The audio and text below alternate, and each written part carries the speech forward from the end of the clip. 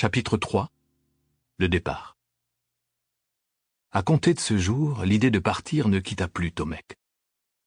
Une nuit, il fit un rêve étrange où la jeune fille était poursuivie par des tigres qui couraient sur leurs deux pattes de derrière, comme des hommes. Elle l'appelait « Tomek, Tomek ». Il la prenait par la main et tous deux fuyaient à toutes jambes. Ils entendaient claquer derrière eux les mâchoires des hommes tigres, mais ils leur échappaient au dernier moment en se cachant sous un rocher. Là, Tomek demandait à la petite comment elle pouvait bien connaître son nom, et elle répondait en haussant les épaules « Mais tout le monde te connaît, Tomek ». Dans un autre rêve, il était penché au-dessus du bassin d'eau pure, tout en haut de la montagne sacrée. Quelque chose brillait au fond de l'eau. C'était le sou de la petite, celui avec lequel elle avait payé le sucre d'orge. Il le prenait dans sa main, et quand il se retournait, elle était là, souriante, dans une robe de princesse, et derrière elle, domptés, les hommes tigres montaient la garde. Tomek fixa son départ un matin à l'aube.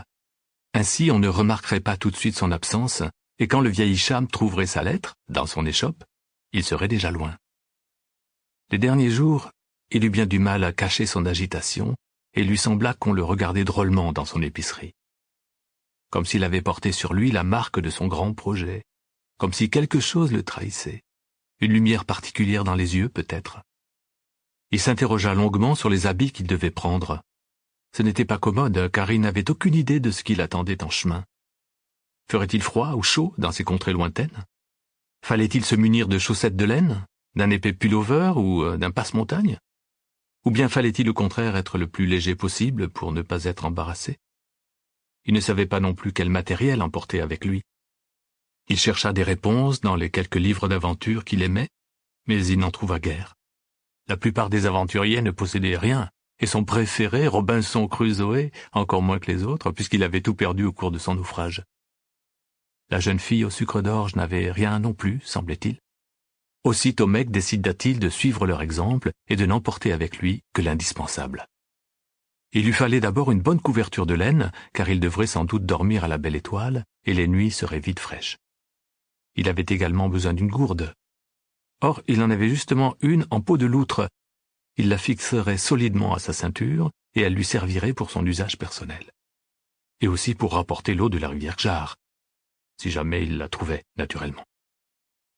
Il confectionna lui-même dans un tissu très résistant une pochette de quelques centimètres, pas plus, dans laquelle il logea la pièce de la jeune fille. Ainsi, il pourrait la lui rendre dès qu'il la trouverait. Au cas bien sûr où il la retrouverait. D'ici là, la pochette resterait cachée sous sa chemise, attachée à son cou par un cordon, et bien malin qui irait la lui prendre.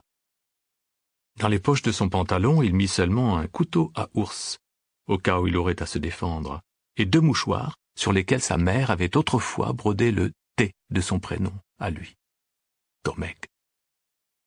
Le dernier soir, après avoir vérifié que ses affaires étaient prêtes, il s'assit derrière son comptoir, alluma sa lampe à huile et il écrivit pour Hicham la lettre que voici. Cher grand-père Hicham, tu lis toujours les lettres des autres, mais celle-ci est pour toi, et tu n'auras pas besoin de la lire à haute voix. Je sais que je vais te faire de la peine, et je te demande de me pardonner. Je suis parti ce matin pour la rivière Jar. Si j'y arrive, je te rapporterai de son eau. J'espère retrouver en chemin la jeune fille dont je t'ai parlé, puisqu'elle va là-bas aussi. Je te laisse la clé du magasin, car là où je vais, je risquerai de la perdre. Je reviendrai le plus tôt possible. À bientôt. Tomek. Il eut du mal à retenir ses larmes en glissant la lettre dans l'enveloppe. Hicham avait bien vieilli ces derniers mois. Ses joues s'étaient creusées, ses mains ressemblaient à de vieux parchemins. Serait-il encore vivant quand Tomek reviendrait?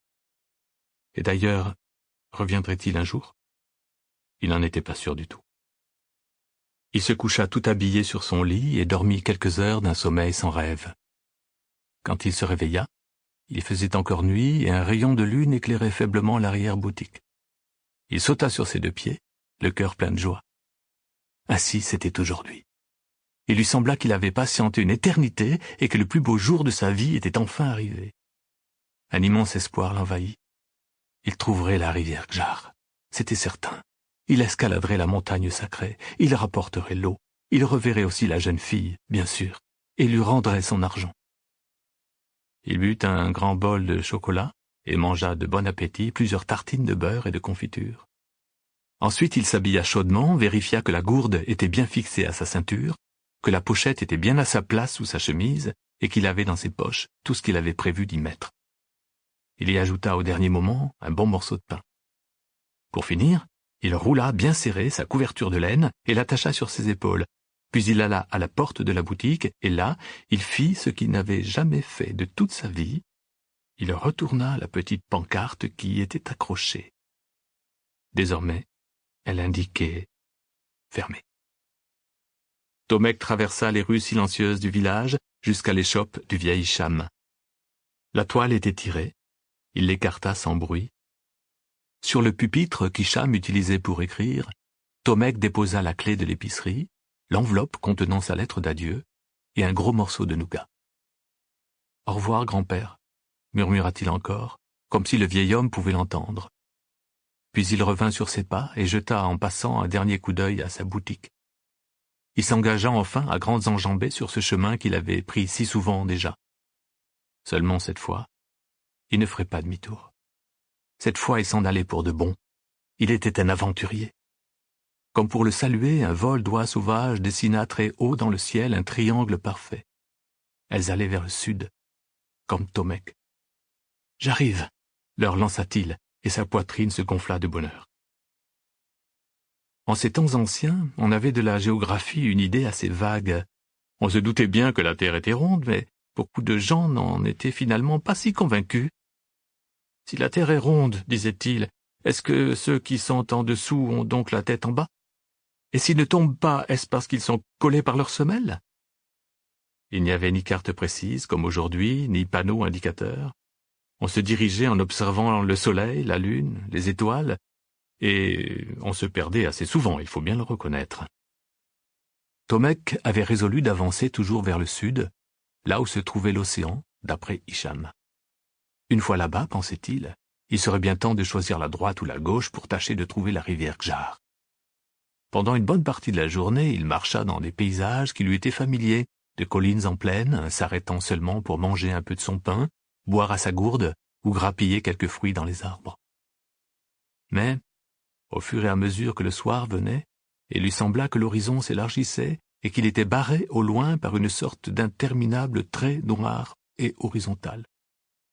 Quand il fut à quelques centaines de mètres, il vit que c'était une forêt, la plus grande qu'il eût jamais vue. L'idée de la traverser ne lui plaisait qu'à moitié, mais la contourner représentait certainement plusieurs journées de marche, plusieurs semaines, qui sait. À chaque jour suffit sa peine, se dit finalement Tomek, qui commençait à ressentir la fatigue. Il revint donc un peu en arrière, là où il avait remarqué un arbre isolé qui formait une sorte de parapluie, et dont les branches atteignaient presque le sol. Il se glissa dessous et s'enroula dans sa couverture. Dans un demi-sommeil, il pensa encore qu'il serait bon pour lui de trouver un compagnon de route, que les aventuriers en avaient souvent un, et qu'il se sentirait moins seul ainsi. Mais sa fatigue était si grande qu'il s'endormit avant même d'avoir eu le temps d'en éprouver du chagrin.